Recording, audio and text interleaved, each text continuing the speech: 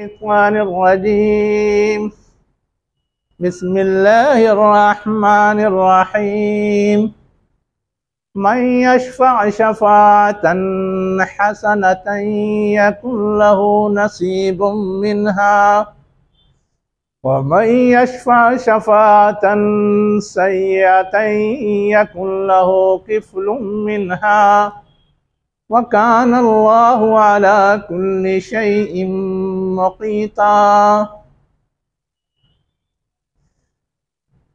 जिसने सिफारिश की, सपोर्ट किया या जोड़ लगाया, सब तर्जुमा होता है उसका। शफाअतन हसना, अच्छी सिफारिश। यकुन लहू नसीबुम मिन्हा, तो सिफारिश करने वाले के लिए सिफारिश से कुछ हिस्सा है, यानी उसके अज्र में कुछ अज्र इसको भी मिलने वाला है। वमन यशफ़ा शफ़ाअतन सय्यअतन, और जिसने सिफारिश की बुरी सिफारिश, यकुन लहू किफ़लुम मिन्हा, तो उसके लिए उस बुरी सिफारिश में से भी एक हिस्सा है। व कान अल्लाहु अला कुल्लि शैइन मुक़ीता, और अल्लाह ताला हर चीज़ पर कुदरत रखने वाला है। शिफ़ात तो हम लोग जानते हैं, सिफारिश भी हम लोग जानते हैं, उसमें बहुत कुछ नहीं समझना है। समझने की चीज़ सिर्फ दो है। एक तो यह है कि कोई भी सिफारिश सही और गलत दोनों हो सकती है। अगर सही है तब तो आप गोया एक अच्छी चीज़ का सपोर्ट कर रहे हैं, आपको उसका सवाब मिलना चाहिए, उसमें आपकी भी हिस्सेदारी होनी चाहिए।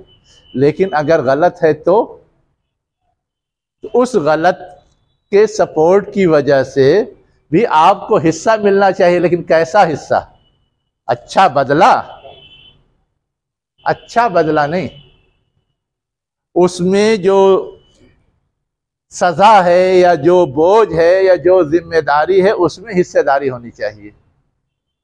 इसीलिए दोनों जगह दो अलग अलग लफ्ज़ है हिस्से के लिए।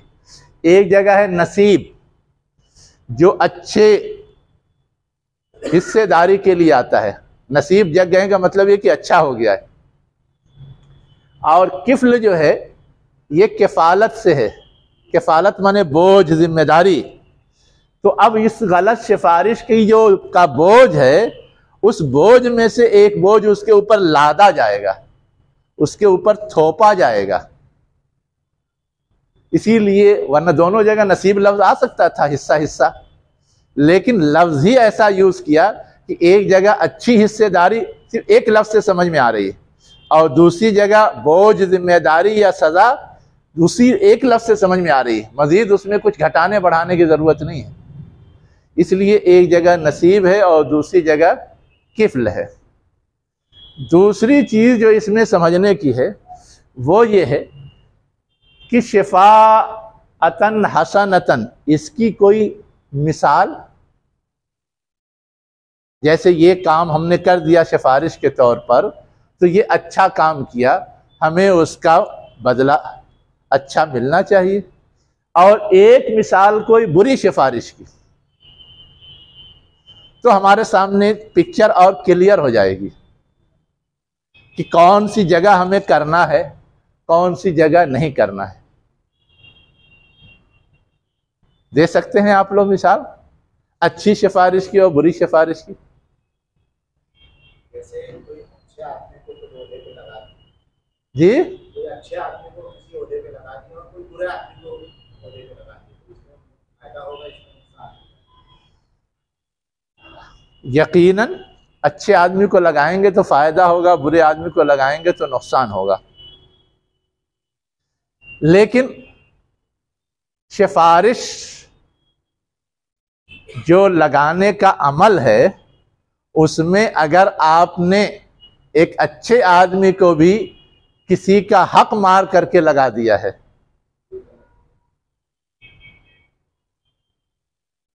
तो वो अच्छी सिफारिश कहलाएगी? वो लगेगा तो फायदा ही होगा।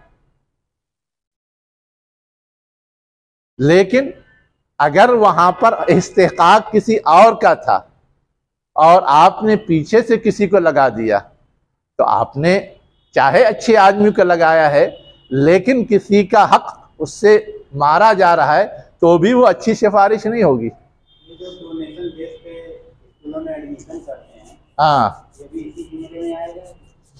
डोनेशन बेस पे जो करते हैं तो वो तो डोनेशन लेते हैं इंतज़ामी ज़रूरत के नाम पर, उसमें सिफारिश का मसला नहीं होता। जहाँ डोनेशन चलता है वहाँ हम सिफारिश कर दें बगैर डोनेशन के हो जाए तो वो सिफारिश है। मगर गरीबों का किसमें हक मारा जा रहा है? गरीबों का हक यकीनन मारा जा रहा है, लेकिन वो ये कहते हैं कि गरीबों के लिए तो हमने अलग से कुछ कर दिया है, SC का कोटा, ST का कोटा, फना का कोटा, फना का कोटा। ये सब जो डोनेशन ये तो जनरल खाते में चलता है, तो वहां हमने तो गरीब का की भरपाई कर दी, इसलिए उस इल्ज़ाम के लिए तो उनके पास जवाब मौजूद है। हालांकि वो भी कुछ बहुत सही जवाब नहीं है, मैं समझता हूँ, लेकिन ये कि वहाँ पर भी डोनेशन में जो आ रहा है देने की सलाहियत रखता है, वो चाहे किसी घर से आ रहा हो, वहाँ ये तो नहीं देखा जाता कि वो अमीर घर का है या गरीब घर का है, बस ये है डोनेशन, आप दीजिए आपको मिलेगा। जनरल में भी गरीब हो सकते हैं। जनरल में भी गरीब हो सकते हैं, तो अब वो अपना इंतज़ाम करें, इसलिए कि जो असल खाता था वो तो अलग से हो गया। मेरिट बेस पर भी होता है ना, लेकिन अब ये तो बहरहाल एक तरह की धांधली है कि वहां भी मेरिट के बजाय पैसे का ज्यादा लेकर के कर देते हैं, लेकिन वो सिफारिश के ज़ैल में नहीं आता, इसलिए कि पैसा सिफारिश थोड़ा है, पैसा तो खरीदो फरोख्त है, उसूली तौर पे वो भी गलत है, लेकिन उसको सिफारिश के खाते में नहीं। सिफारिश का मतलब ये होता है कि एक चीज अपनी जगह सही है, लेकिन वो किसी वजह से मुमकिन नहीं है। मसलन फला सेठ साहब हैं, अब सेठ साहब मुझे तो जानते हैं, इनको नहीं जानते, लेकिन ये अगर ज्यादा बीमार हो गए हैं, अपने पैसे से इलाज नहीं करवा सकते, मैं अगर सेठ साहब से सिफारिश कर दूं कि ये मुस्तहिक आदमी है और इसके इलाज में आपको ताउन करना चाहिए, या ये मुस्तहिक आदमी है इनकी तालीम में आपको मदद करना चाहिए, और मेरी इस सिफारिश पे वो उसकी मदद कर दें, ये है शफाअतन हसना। मिसाल है मोहम्मद सल्लल्लाहु अलैहि वसल्लम जो हफ्सा भेजे थे, हाँ सहाबा लोग को भेजते हैं, हाँ हाँ, सिफारिश पे ही भेजते हैं, किसकी सिफारिश से भेजते हैं? मतलब वहाँ के बादशाह को। वहां के बादशाह को तो एक उम्मीद पर भेजा था कि वो ईसाई मजहब का मानने वाला है, जिनके यहाँ शिद्दत पसंदी ज़्यादा नहीं होती, और जो खबरें थी वो ये कि वो थोड़ा अदल परवर है, इसलिए वहाँ यहाँ के मुकाबले में तकलीफ नहीं पहुंचाई जाएगी, इस उम्मीद पे भेजा था। कोई सिफारिश नहीं थी। सिफारिश की जो शक्ल मैंने बताई ना, ये बिल्कुल क्लियर कट है, इसमें उसको भी कुछ नहीं मिल रहा है सिवाय इसके कि सिफारिश कर रहा है, उसके बदले में उसे दुआ मिलेगी, अजर मिलेगा अल्लाह ताला के। आसानी पैदा होगी। हाँ, अब बुरी सिफारिश या उसी को उलट दीजिए। टीचिंग का इंटरव्यू हुआ है ना, उस इंटरव्यू में रैंक में कोई और आया, लेकिन हम मैनेजमेंट से सिफारिश करते हैं कि इसको ले लीजिए, ये मेरा करीबी है, हालांकि वो रैंक में पीछे है, तो ये शफाअतन सय्यतन है। क्रिकेट में भी ऐसा हो, हाँ, क्रिकेट में भी ऐसा हो। हर जगह होता है, मैं तो सिर्फ समझने के लिए एक मिसाल दे रहा हूं, है ना, हर जगह इस तरह की बिगाड़ है। तो हमको क्लियर कट ये समझना चाहिए कि इस्तेहकाक है और उसमें हमारे कहने सुनने या बात करने से वो इस्तेहकाक उसको मिल जा रहा है, ये शफाअतन हसना है। और इस्तेहकाक नहीं है, हमारे कहने सुनने पर वो हो जा रहा है, तो वो शफाअतन सय्या है। इसी को आप जिंदगी के किसी भी मसले में अप्लाई कर लेंगे। इस्तेहकाक है, हमारी सिफारिश में उसको मिल गया, अच्छी बात है। इस्तेहकाक नहीं है, उसके बावजूद सिफारिश से मिल गया, वो शफाअतन सय्या है। सीधी साधी तारीफ ये होगी। अब इसकी मिसाल आप 1000 बना सकते हैं। इसमें जो मुलविस है, हाँ सिफारिश, अगर वो गलत रास्ता दिखाएगा तो गुनाह जारिया रहेगा। हाँ, अब उसके लिए कहा गया ना कि लहू की फुलुम मिन्हा, जो बुरी सिफारिश की है उसका जो बोझ है, उस बोझ में उसकी हिस्सेदारी होगी, है ना, वो झेलेगा, वो गुनाह में उसके साथ शरीक माना जाएगा। ठीक है। वकान अल्लाह अला कुल्ल शैइन मुक़ीता, अल्लाह हर चीज पे कादिर है। ये एक आखिरी जुमला क्यों कहा गया, ये समझने की ज़रूरत है। कहा इसलिए गया कि सिफारिश करने वाले और करवाने वालों का जहन ये होता है कि सिफारिश से काम हो गया। क्या जहन होता है, इन्होंने सिफारिश कर दी तो काम हो गया, नहीं करते तो नहीं होता। मैंने सिफारिश करवाई तो मेरा काम हो गया, वरना सिफारिश नहीं करवाता तो मेरा काम नहीं होता। गोया अल्लाह से ज़्यादा पावरफुल और भरोसामंद सिफारिश करने वाले को लोग समझने लगते हैं। हाँ, ये भी जहन का बिगाड़ है। उसी बिगाड़ के इलाज के लिए ये कहा गया है, इन्नल्लाह अला कुल्li शैइन मुक़ीता, अल्लाह हर चीज़ पे कुदरत रखने वाला है। अल्लाह ने चाहा तो हो गया, अल्लाह ना चाहता तो नहीं होता, चाहे लाख कोई सिफारिश करता रहता। हाँ, हम तो से ऐसे वक्त में लोग क्या बात करते हैं कि जैसा भाई तुम लोगों का शुक्र अदा नहीं करेंगे तो फिर अल्लाह का कैसा करेंगे। हाँ हाँ बोलिए। इस कॉन्टेक्स्ट में लोग इस तरह की बात करते हैं। शुक्र अदा करना एक अलग चीज है और उसको पावर वाला मानना बिल्कुल अलग चीज है। किसी ने हमारी मदद की है, हम उसका शुक्र बजा लाएंगे कि उसने मेरी मदद की, है ना, लेकिन इसका यह मतलब नहीं कि उसने किया तो हुआ वरना नहीं होता।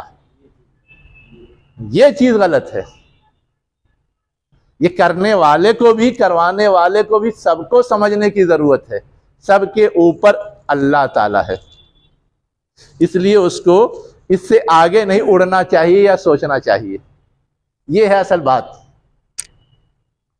उसके बाद आगे दूसरी बात क्या कही जा रही है, व इज़ा हुय्यितुम बितहिय्यतिन फहय्यु बिअहसना मिन्हा औ रुद्दूहा इन्नल्लाह काना अला कुल्लि शैइन हसीबा।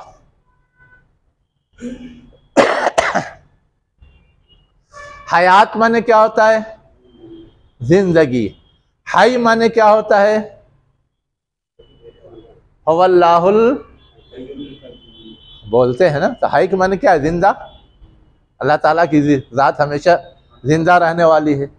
तो हाई माने जिंदा रहने वाला और हयात माने जिंदगी। और यहाँ आया है तहिया या हुय्यितुम, जिसके माने होता है किसी को जिंदा रहने की दुआ देना, किसी की जिंदगी की दुआ देना। यह है उसका लफ्जी माना। अब ये लफ्जी माना जो था, ये असलन सामने वाले को एक तरह से दुआ के तौर पे कहा जाता था, अल्लाह आपको हमेशा जिंदा रखे, अल्लाह आपको लंबी जिंदगी अता करे।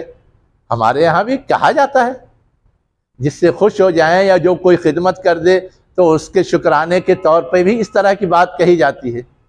तो अरबों के यहाँ भी ये रवाज था कि जब वो किसी से मिलते थे, किसी की खिदमत पर या किसी की बेहतरीन कारकर्दगी पर उनको कोई मुबारकबाद देना चाहते थे या शुक्राना अदा करना चाहते थे, तो हय्या कल्लाह, अल्लाह आपको क्या करे, जिंदा रखे या हमेशगी की जिंदगी अता करे, ये वो कहते थे।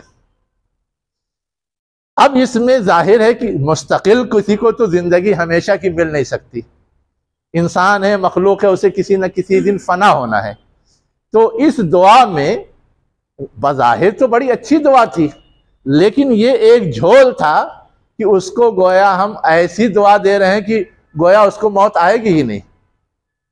इसलिए इस्लाम ने इसको चेंज किया और चेंज करके क्या राइज किया, अस्सलामु अलैकुम व रहमतुल्लाहि व बरकातुहू।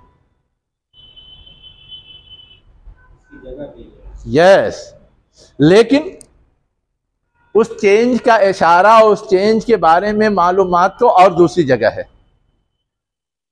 लेकिन जब तक चेंज नहीं हुआ था तब तक यही राय चल रहा था जो शिर्क पर मबनी नहीं था। तो कहा जा रहा है कि अगर तुम आपस में एक दूसरे को जिंदगी की दुआ देते हो या सलाम करते हो, क्या करते हो, जिंदगी की दुआ देते हो या सलाम करते हो, तो तुम उसका जवाब बेहतरीन सलाम से दो, बेहतरीन दुआ से दो, या कम से कम बराबर बराबर का। बराबर का और बेहतरीन देने का मतलब यह है कि हम सामने वाले को माकूल रिस्पांस दे रहे हैं। उसने मुझे जिंदगी की दुआ दी, मैंने उसे जिंदगी की दुआ दी, उसने मुझे जिंदगी की दुआ दी, हमने उसको जिंदगी और आखिरत दोनों की कामयाबी की दुआ दे दी। तो ये रिस्पांस जो है, ये रिस्पांस एक माकूल रिस्पांस है। लेकिन अगर किसी ने हमको दुआ दी और हम उसका जवाब ही नहीं दे रहे, या जवाब दे रहे हैं तो इंतहाई फुसफुसा और हल्का, तो ये गोया बेहतरीन जवाब नहीं है, न माकूल जवाब है, बल्कि एक तरह से घटिया जवाब है। तो ये घटिया जवाब गोया किसी के भी अखलाक को नापने का आला बन जाता है, पैमाना बन जाता है कि ये खुद भी घटिया है, इसीलिए घटिया रिस्पॉन्स दे रहा है। और अगर वो आला अखलाक का हामिल होता तो अच्छा रिस्पॉन्स देता, या कम से कम बराबर का रिस्पॉन्स देता। तो कहा यह जा रहा है कि अगर कोई तुम्हें अच्छी दुआ दे, तुम उसे अच्छी दुआ दो। कोई तुम्हें सलाम करे, तुम उसे सलाम का बेहतरीन जवाब दो, या कम से कम बराबर का दो, है ना। ये बात कही क्यों गई, उससे हम सवाल ये है, जब हमारा कोई दोस्त मिलता है, सलाम करता है, तो हम खुश हशाश बशाश चेहरे के साथ उसका जवाब देते हैं। वो भी खुश हो जाता है कि मेरा दोस्त बहुत कायदे से मिला। हम किसी अजनबी के यहाँ भी जाते हैं और उसको सलाम करें, तो वो अगर बिल्कुल तपाक से मिलता है तो हम महसूस करते हैं कि हाँ, ये माकूल आदमी है। लेकिन अगर तपाक से ना मिले, हशाश बशाश ना नजर आए, इसका मतलब ये है कि इसके दिल में कुछ है, ये हमें कुछ बहुत ज़्यादा अहमियत नहीं दे रहा है। तो वहाँ मदनी ज़िंदगी में भी यही सूरत हाल थी।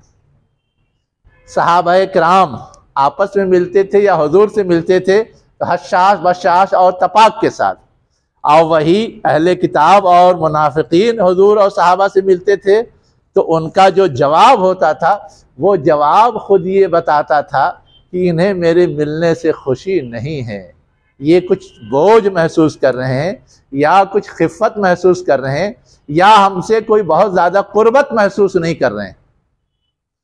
उस तनाजुर में ये सिखाया गया है कि देखो, अगर वाकई दिल साफ है, वाकई खैर खाही का जज्बा है, तो तुम्हारा मिलने जुलने का, एक दूसरे को दुआ देने का, एक दूसरे से सलाम कलाम करने का अंदाज क्या होना चाहिए। इज़ा हुय्यितुम बितहियतिन फहय्यू बिअहसन मिनहा, और उद्दूहा, या वैसा ही जवाब। तो इस सियाक में, इस पसे मंजर में ये जवाब दिया गया है, ये बात समझाई गई है। और आखिर में अल्लाह ताला क्या कह रहा है, इन्नल्लाह काना अला कुल्लि शैइन हसीबा, बेशक अल्लाह ताला हर चीज़ पर क्या है, निगरां है, या हर चीज़ का हिसाब लेने वाला है। क्यों कहा जा रहा है कि ये जो दिल के अंदर कैफियत होती है, वो कैफियत बताती है कि सामने वाला क्या हमारे बारे में सोच रहा है, क्या हमसे चाहता है, और वो हमारे हवाले से किस रद्द अमल का इजहार कर रहा है। दिल में खोट है, चोर है, बीमारी है, तो बिगड़ा हुआ सिनारियो सामने आता है, मंजर सामने आता है। तो अगर ये खोट है तो चाहे सामने वाला कभी कभी ना समझ पाए, बहुत सारे लोग चापलूस किस्म के होते हैं या ज़ाहिरी बनावट वाले होते हैं, वो अंदर से कुछ हो और बाहर से कुछ हो की कैफियत जाहिर करते हैं। लेकिन अल्लाह ताला से तो कोई चीज़ छुपी नहीं हुई है, इसलिए अल्लाह ताला वार्निंग दे रहा है कि तुम्हारे दिल ओपनली खुला होना चाहिए, दिल में कुछ और खोट या कीना बोझ नहीं होना चाहिए। अगर होगा और उसकी वजह से इस तरह की चीज़ें सामने आएंगी तो अल्लाह ताला की पकड़ से बच नहीं पाओगे। ये असलन उन मुनाफिकीन के तर्ज अमल के तनाजुर में वार्निंग भी है और एक सही ढंग की तालीम भी है, तरबियत भी है। ठीक, आगे अल्लाह ताला क्या कह रहा है, अल्लाहु ला इलाहा इल्लाहु लयजमअन्नकुम इला यौमिल क़ियामह ला रैब फीह वमन अस्दक़ु मिनल्लाहि हदीसा। अल्लाह ही हकीकतन माबूद है, न अल्लाह नहीं है मगर वही माबूद। ये तो लफ्जी तर्जुमा है। अल्लाह ही हकीकतन क्या है, माबूद है, और वो तुम सबको यकीनन क़यामत के दिन जमा करेगा। ला रैब फीहा, जिस क़यामत के वक़ू पज़ीर होने में कोई शुबा नहीं है, और उस दिन सबके जमा किए जाने में भी कोई शुबा नहीं है। यहाँ पर एक सवाल लोग उठाते हैं, क़यामत लफ्ज़ तो ते आई है मुअन्नस है और फी है तो हु है मुज़क्कर है, तो क़यामत के दिन जमा करेगा, उसमें कोई शक नहीं का मतलब क़यामत में कोई शक नहीं है, ये मफ़हूम लें, या ये मफ़हूम लें कि क़यामत के दिन जमा करने में कोई शक नहीं है। तो इस हु की वजह से लोग कहते हैं कि क़यामत को मुराद लेने में थोड़ा सा रिजर्वेशन है, इसलिए कि ये मुअन्नस व मुज़क्कर की ज़मीर, और अगर हम जमा करने का अमल पूरा मुराद ले लें तो वो मुज़क्कर हो सकता है। तो इसलिए कहते हैं कि क़यामत के दिन तमाम के तमाम को जमा करने में भी कोई शुबा नहीं, अल्लाह की कुदरत से ये चीज़ बाइद नहीं है। कुफ़ार व मुश्रिकीन ये समझते थे ना क़यामत होगी ना जमा किया जाएगा, मरकब के गल के सड़ जाएंगे, उड़ जाएंगे, मिट जाएंगे, तो क्या होने वाला है।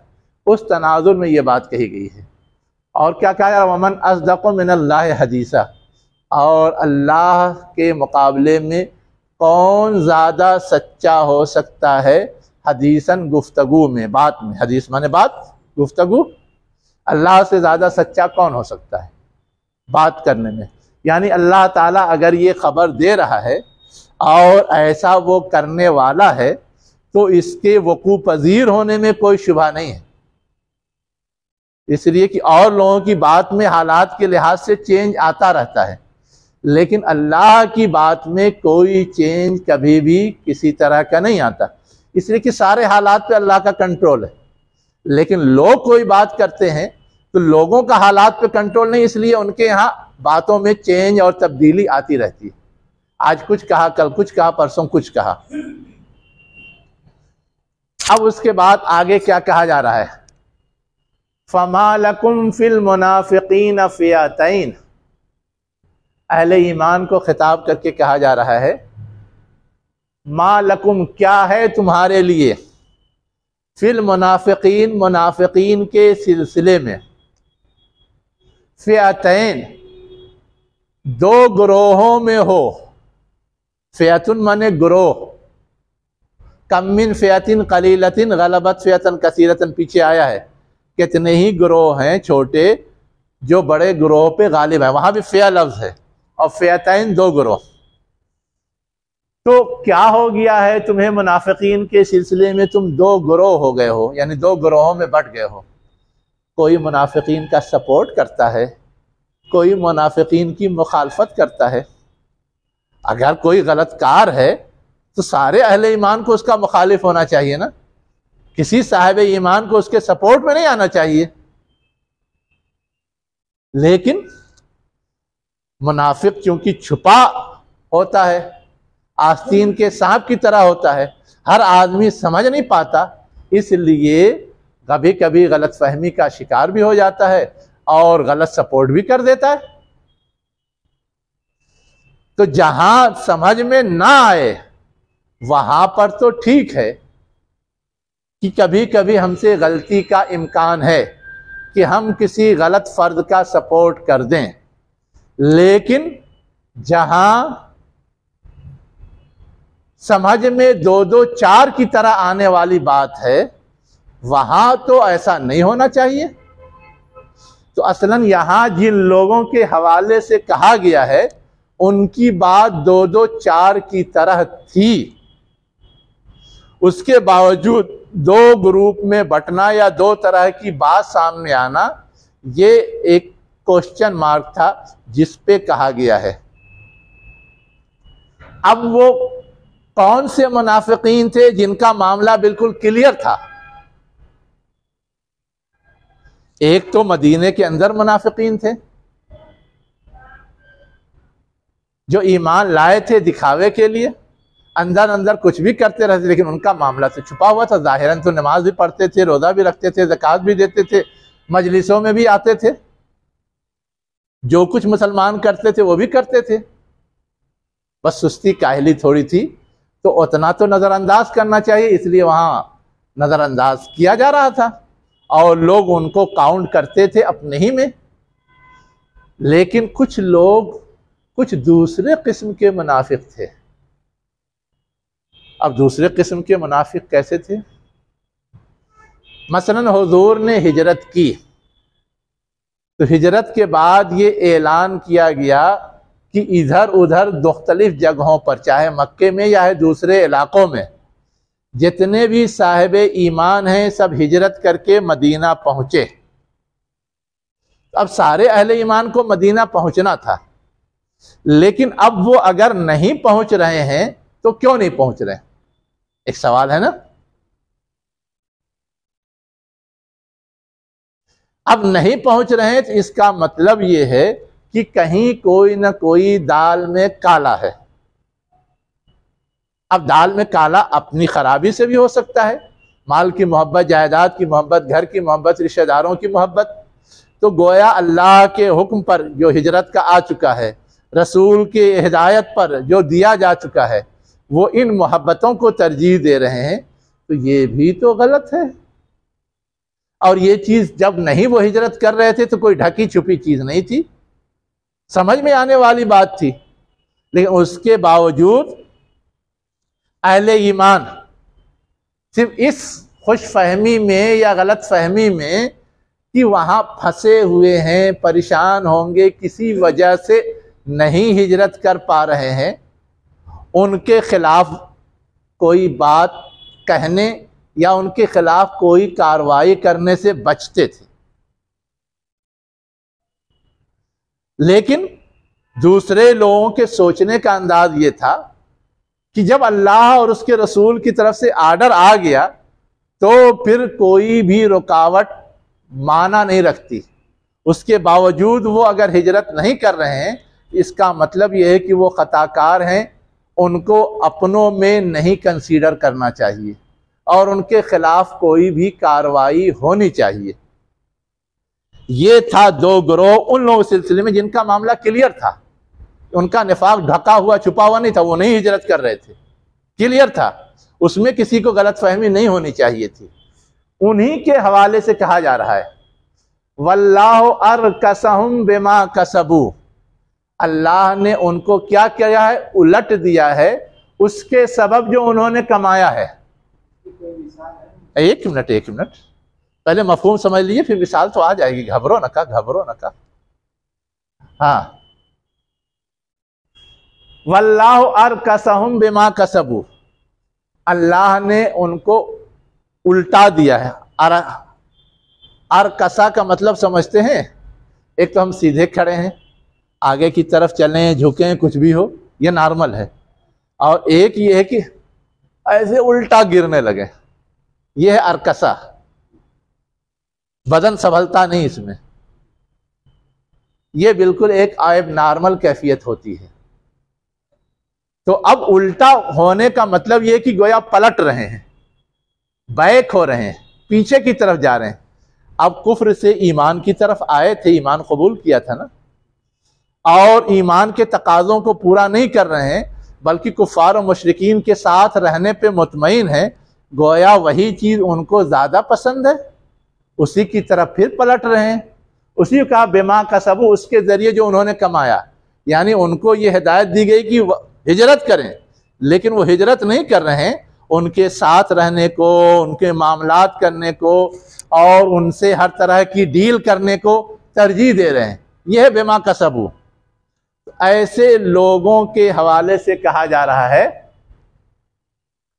कि ये सारे लोग मुजरिम हैं। ये सारे लोग क्या हैं? मुजरिम हैं। इनके बारे में दो राय नहीं होनी चाहिए और इनके खिलाफ कार्रवाई का पूरा हक है। कोई भी कार्रवाई होती है तो वो बजा होगी, लेकिन उससे पहले कुछ और बातें वजाहत के तौर पे आई हैं। क्या आई हैं? अतुरीदून अन तहदू मन अज़ल्लल्लाह। पहले जो लोग कि उनके सपोर्ट में कोई बात करते थे या उनको खताकार नहीं मानते थे, उनको कहा जा रहा है क्या तुम चाहते हो कि तुम हिदायत दे दो उसे जिसे अल्लाह ने गुमराह कर दिया है? वमन युज़्लिलिल्लाहु फलन तजिद लहू सबीला। और जिसे अल्लाह गुमराह कर दे तुम हरगिज उसके लिए कोई रास्ता नहीं पा सकते। यानी उन्होंने हिजरत नहीं की, कुफ़ार और मुशरिकीन के साथ रहने पर अपने आप को मुतमईन पाया। इसका मतलब ये कि उन्होंने जलालत और गुमराही को तरजीह दी, और जब उन्होंने तरजीह दी तो जो जिस राह पे जाता है अल्लाह तो उसी पे चलाता है। अब जब अल्लाह ने उस पे चला दिया तो अब तुम ये कहो कि नहीं वो हिदायत वाले हैं, वो ईमान वाले हैं, वो ये है वो है, ये सब फजूल बात है। ये सब क्या है? फजूल बात है। तुम अब उनको हिदायत पे नहीं ला सकते जो कि अपने चॉइस से और अपनी पसंद से गलत राह पे जा चुके हैं, और तुम्हारा उन पे इख्तियार भी नहीं चलने वाला है। इसलिए कि ना समझ हो तब तो समझाया जाए तो समझ करके अपनी राय चेंज कर लेते हैं, लेकिन जो समझ बूझ करके सिर्फ जिद्दम जिद्दा में या किसी मफाद की वजह से किसी चीज को अपनाते हैं तो वो जल्दी रुजू नहीं करते। अबू जहल समझ रहा था कि हुजूर बरहक है, लेकिन जिद्दम जिद्दा में था। मुनाफिकीन समझ रहे थे, अहले किताब समझ रहे थे कि हुजूर सही हैं, लेकिन सिर्फ अपने मफाद के खातिर, अपनी चौधराहट के खातिर वो अपने आप को हुजूर के दी हुई हिदायत के मुताबिक चेंज करने को तैयार नहीं थे। तो अब उनको जबरदस्ती चेंज नहीं किया जा सकता। उनके लिए धीरे धीरे कुछ मोहलत अमल होती है, उसके बाद तो जो कार्रवाई होती है वो होती है, जैसे अहले किताब के बारे में हुई, मुनाफिकीन के बारे में हुई, वगैरह वगैरह। जी हाँ हाँ हाँ, इन्होंने भी वही सवाल किया था, कोई मिसाल दीजिए, है ना। आप खुद फतवा देने के लिए खड़े हो जाते हैं बगैर मेरे मिसाल दिए हुए। तस्लीमा नसरीन और सलमान रुश्दी के बारे में फतवा दिया है आप लोगों ने? हाँ, देश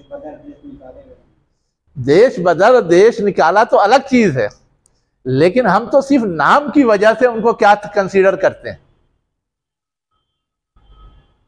कि वो मुसलमान हैं, हालांकि उनके सारे करतूत कुफारों, मुशरिकीन और मुनाफिकीन जैसे। हमें उन्हें कंसीडर करना चाहिए। हाँ, अब उससे बात दूसरे कैटेगरी में आई है। ये जितने बीजेपी से वाबस्ता नेता हैं,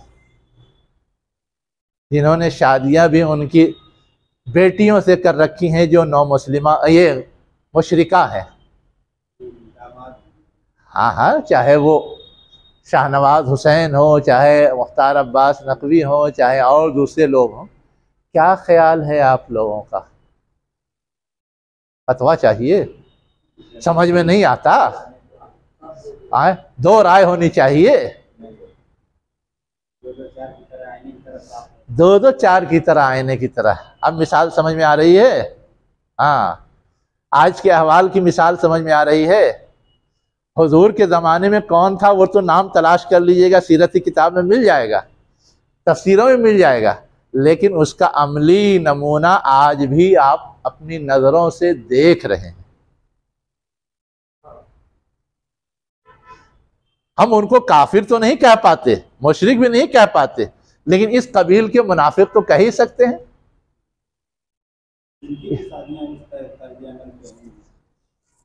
वो ठीक है, आप इसको और एलिब्रेट करते जाइए, बढ़ाते जाइए, पैमाने पे तौलते जाइए, बहुत सारी शख्सियात आ जाएंगी। आप फिल्मी दुनिया की दसियों शख्सियात को इस पे तौल लेंगे। मैं वही कह रहा हूं, आप तौल लेंगे, है ना। और कुछ शख्सियात ऐसी हैं जिन्होंने तो अपना रूप रंग भी बदल दिया है। अब बहुत मशहूर हीरो है दिलीप कुमार,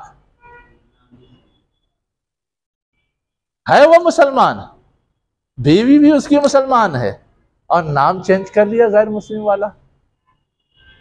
मालूम है क्यों मुसलमान है? हाँ, नाम उसका यूसुफ खान, बीवी का नाम सायरा बानो है। आप कहेंगे मौलवी होके भी जानता है। अब तो मतलब आगे हाँ? गवर्नमेंट ऑफ वो तो एक अमली पहलू है, लेकिन यहां तो अपनी तस्वीर चेंज कर ली है ना। मैं तो इन सबको इसलिए और ज्यादा पहचानता हूं कि एक तरफ तो ये है, दूसरी तरफ नाम निहाद चैरिटी के नाम पे ये लोग स्कूल चलाते हैं, और अपने बाप के नाम पे उस स्कूल का नाम रखा है हुज़ैफा उर्दू हाई स्कूल। क्योंकि वहां भी मैंने स्कीम शुरू की अपने दीनियात की, और गया और मैंने खंगाला स्कूल किसने बनाया, कैसे बनाया, कैसे चल रहा है, तो मुझे ये A to Z मालूमात मिली। अब मैं इधर उधर सुनी हुई नहीं सुना रहा हूं। तो मैंने सिर्फ एक मिसाल दी है, ऐसे आप ढूंढ सकते हैं। बहरहाल मैं अब शायद समझ में आ गया होगा आगे क्या कहा जा रहा है। इन सबों का, ये जो इस तरह के बदतमाश लोग होते हैं, इनके सोचने का अंदाज बिल्कुल उलट जाता है। वो तो इस बात को पसंद करते हैं कि जो रवैया हमने अपनाया है, जो रंग ढंग अपने अपनाया है, वही सही है और सारे मुसलमानों को वही अपना लेना चाहिए। हालांकि वो अपना ऐब छुपाने के लिए ऐसा चाहते हैं, लेकिन जाहिर है कि ये चाहत भी उनकी गलत है। उसी को कहा जा रहा वद्दू लौ तकफुरून कमा कफरू, वो चाहते हैं कि तुम कुफ्र इख्तियार कर लो जैसा कि उन्होंने कुफ्र इख्तियार कर लिया है। फतकूनून सवा, बस तुम सब के सब बराबर हो जाओ। सवा माने बराबर हो जाओ। तो अब ये हिदायत दी जा रही कि ऐसे जितने लोग हैं, फला तत्तखिज़ू मिनहुम औलिया, उनमें से किसी को भी वली, करीबी, दोस्त, सरपरस्त ना बनाओ, उनसे याराना दुरुस्त नहीं है, उनसे याराना दुरुस्त नहीं है। हत्ता युहाजिरू फी सबीलिल्लाह, यहाँ तक कि अल्लाह का जो हुक्म उन्होंने तोड़ा है और दूसरी गलत चीजें अपनाई हैं, उससे तौबा करें और उस हुक्म को पूरा करें। हिजरत करके आते हैं फिर भी वो हमारे हैं, ठीक है, वो बिगड़ गए, तौबा करके आते हैं, कहते हैं हम सच्चे पक्के मुसलमान बनकर रहना चाहते हैं, गुंजाइश है। भी कहा जा रहा हत्ता युहाजिरू फी सबीलिल्लाह, यहाँ तक कि वो अल्लाह के रास्ते में हिजरत करें।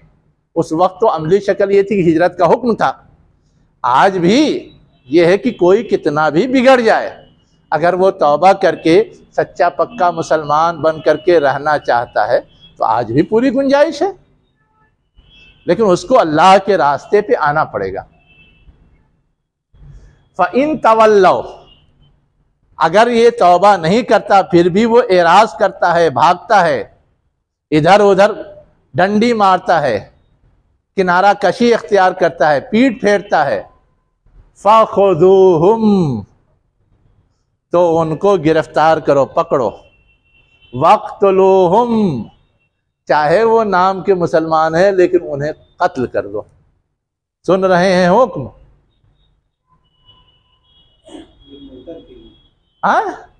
मुर्तद जैसे हो गए, मुर्तद जैसे हो गए जब वो ये पसंद करने लगे कि जैसे मैं उनके रंग ढंग में हूं दूसरे लोग भी हो जाएं, तो गोया वो तो हो ही गए मुर्तद, दूसरों को मुर्तद बनाने के चक्कर में है,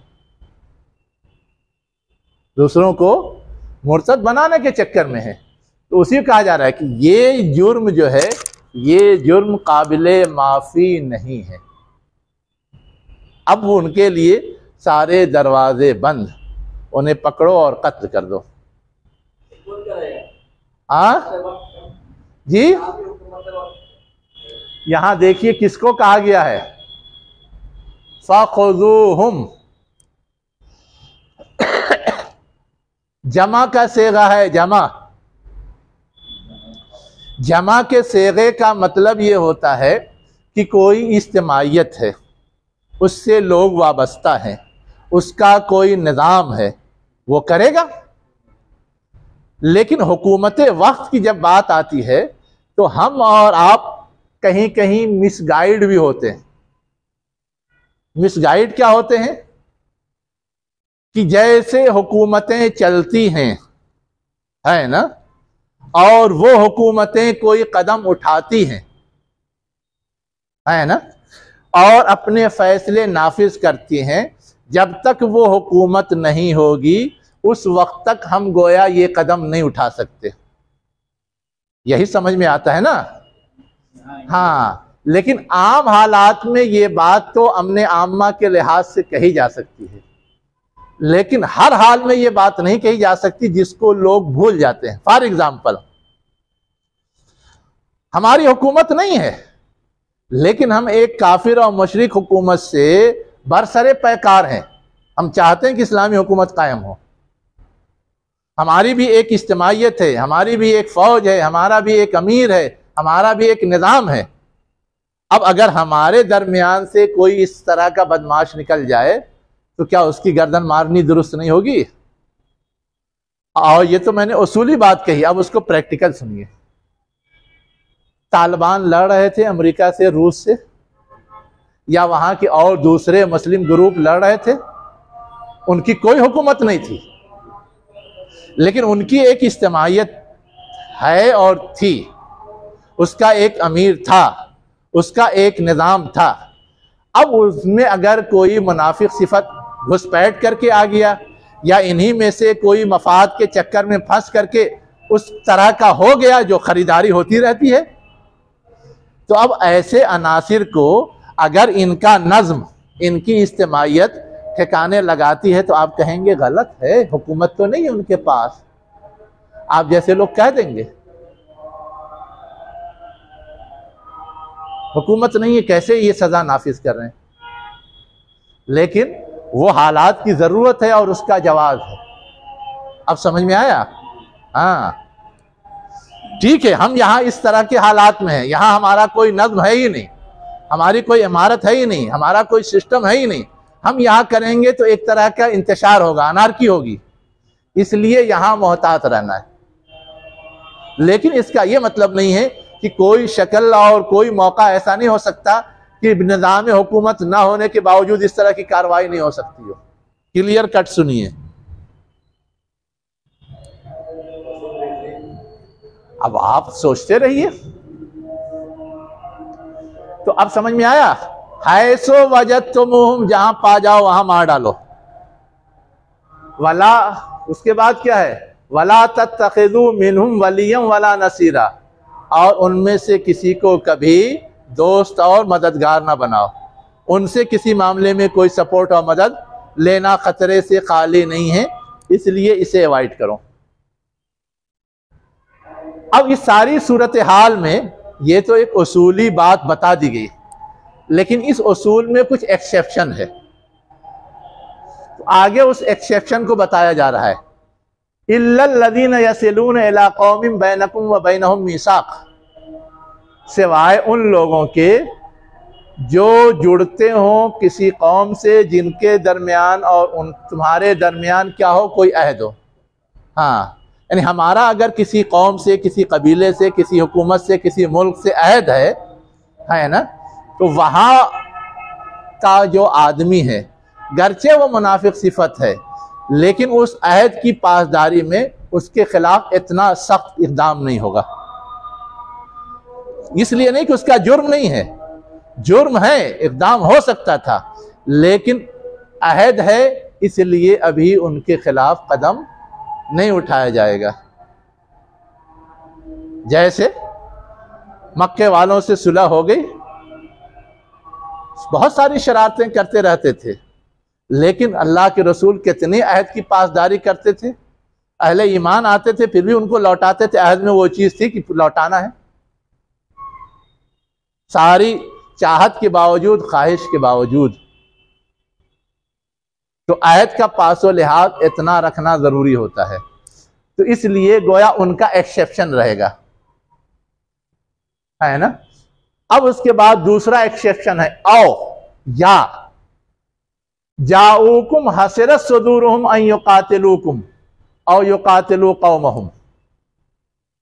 कुछ लोग आए तुम्हारे पास, हसरत सुदूरुहुम, उनके सीने क्या हो, लिपटे हुए हो या बंधे हुए हो या तंग हो, बोझ से दबे हुए हो। मतलब क्या है कि उनका दिल मजबूर हो इस बात पर कि वो क़िताल ना करें। अन युकातिलूकुम और युकातिलू कौमहुम, यानी वो तुमसे भी नहीं लड़ना चाहते और अपनी कौम से भी नहीं लड़ना चाहते, वो गैर जानिबदार बन के रहना चाहते। उनके अंदर इतना हौसला नहीं है कि तुम्हारा साथ दे सके और इतना हौसला नहीं है कि अपने कबीले या कौम का साथ दे सके। हर जगह वो रिस्क या खतरा महसूस करते हैं, उस खतरे को सहारना नहीं चाहते, उस बोझ को लेना नहीं चाहते। तो ठीक है, अगर कोई गैर जानिबदार बन के रहना चाहता है तो उसको अभी नेगलेक्ट करो, हर एक के पीछे भी पड़ने की ज़रूरत नहीं है। जो असल सरदार है या बदमाश है पहले उससे निपटो, ये तो खुद ब खुद बाद में सुधर जाएंगे जब इतनी ही हिम्मत है, इतनी ही जुर्रत है। तो उसको कहा गया। तो ये दूसरा एक्सेप्शन है। यहां क्या कहा जा रहा है, वलाउ शाअ अल्लाहु लसल्लतहुम अलैकुम, अगर अल्लाह चाहता तो उनको तुम पर मुसल्लत कर देता, फलकातलूकुम, बस वो तुमसे जंग करते। यानी एक शक्ल ये भी हो सकती थी कि उनको इतनी जुर्रत और हिम्मत दे देता कि वो तुमसे जंग करते और तुम्हारे खिलाफ खड़े हो जाते, तो वो एक लोड या एक जहमत तुम्हें तो उठानी पड़ती उनसे भी मुकाबले की। लेकिन गैर जानिबदार बन रहे, इसका मतलब तुम्हारा लोड कम हो रहा है ना। तो इस एंगल से भी सोचो, इसलिए ये एक्सेप्शन दिया जा रहा है, लौट आए, है ना। उसके बाद और आगे का क्या कहा जा रहा है, फ़ैनी तज़लूकुम, बस अगर वो गोशा नशीनी इख्तियार कर लें। अज़ल माने क्या होता है, किनारे होना, हटना।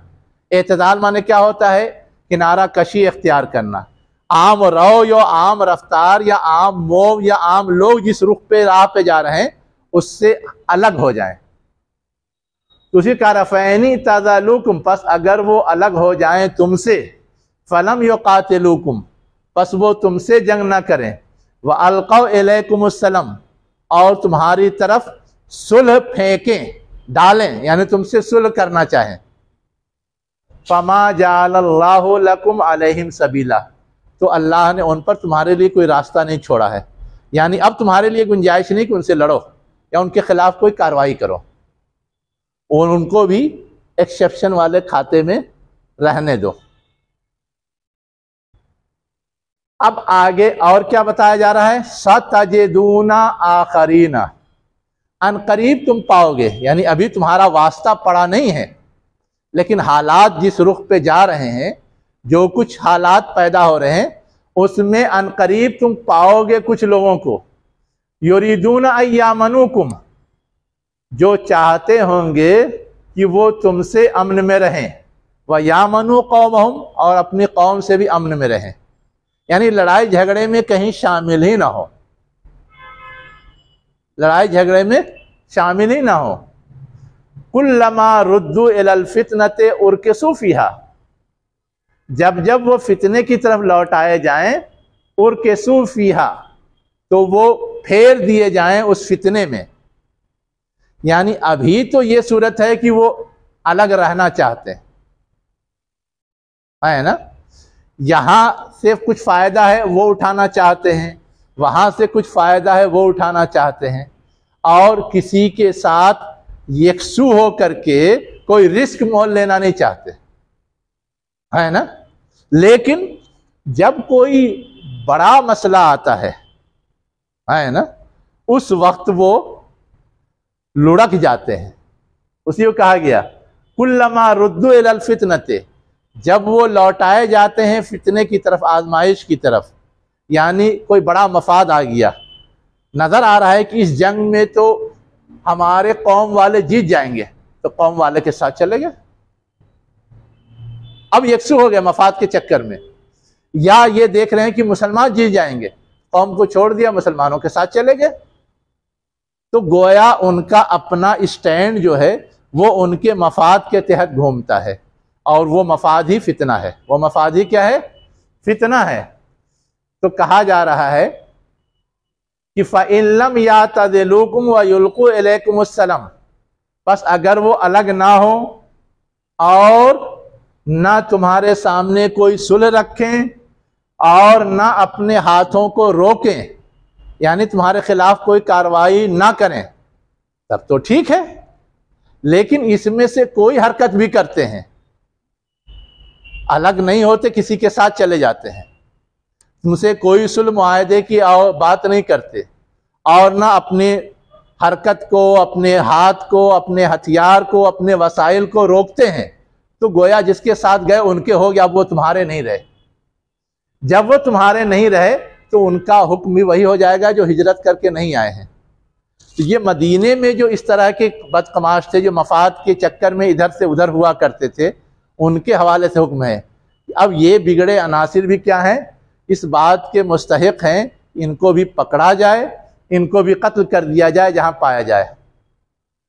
और ये वो लोग हैं जिन पर अल्लाह ने तुम्हारे लिए सुल्तान मुबीन, वाज़े हुज्जत या वाज़े दलील क्या कर दी है, बना दी है या मुहैया कर दी है। यानी उनके इस एटीट्यूड ने या इस रवैये ने कि वो दुश्मन के खेमे में चले गए और गैर जानिबदार नहीं बने या तुम्हारा साथ नहीं दे रहे, उसकी वजह से अब उनका खून भी हलाल, उनका खून भी हलाल, उनके खिलाफ भी कोई कार्रवाई हो सकती है। हम और आप जानते हैं हुजूर से मुआहदा था मदीने के यहूद का, लेकिन पेंगे बढ़ा करके मुशरिकीन मक्का से भी उन्होंने अहद मुआहदे कर लिए, उनको वसाइल भी फराहम किए और रिपोर्टें भी पहुंचाई और साथ भी दिया। तो अब वो अहद ख़त्म, अब उनके खिलाफ कार्रवाई दुरुस्त हो गई। इसीलिए यहूदी कबाइल पे अल्लाह के रसूल ने चढ़ाई करके उनके खिलाफ कार्रवाई की थी। हाँ, तो ये है पूरी बात जो यहाँ तक समझाई गई है, उसी सिनारियो में जो मुनाफिकीन का चल रहा था। तो है ये कि एक हद तक तो बर्दाश्त किया जाएगा, लेकिन पानी जब सर से ऊंचा हो जाएगा तो ये भी उसी खाते में डाल करके उसी सलूक के मुस्तहिक बन जाएंगे। खुलासा कलाम ये है। व आखिरु दावाना अनिल हम्दुलिल्लाहि रब्बिल आलमीन।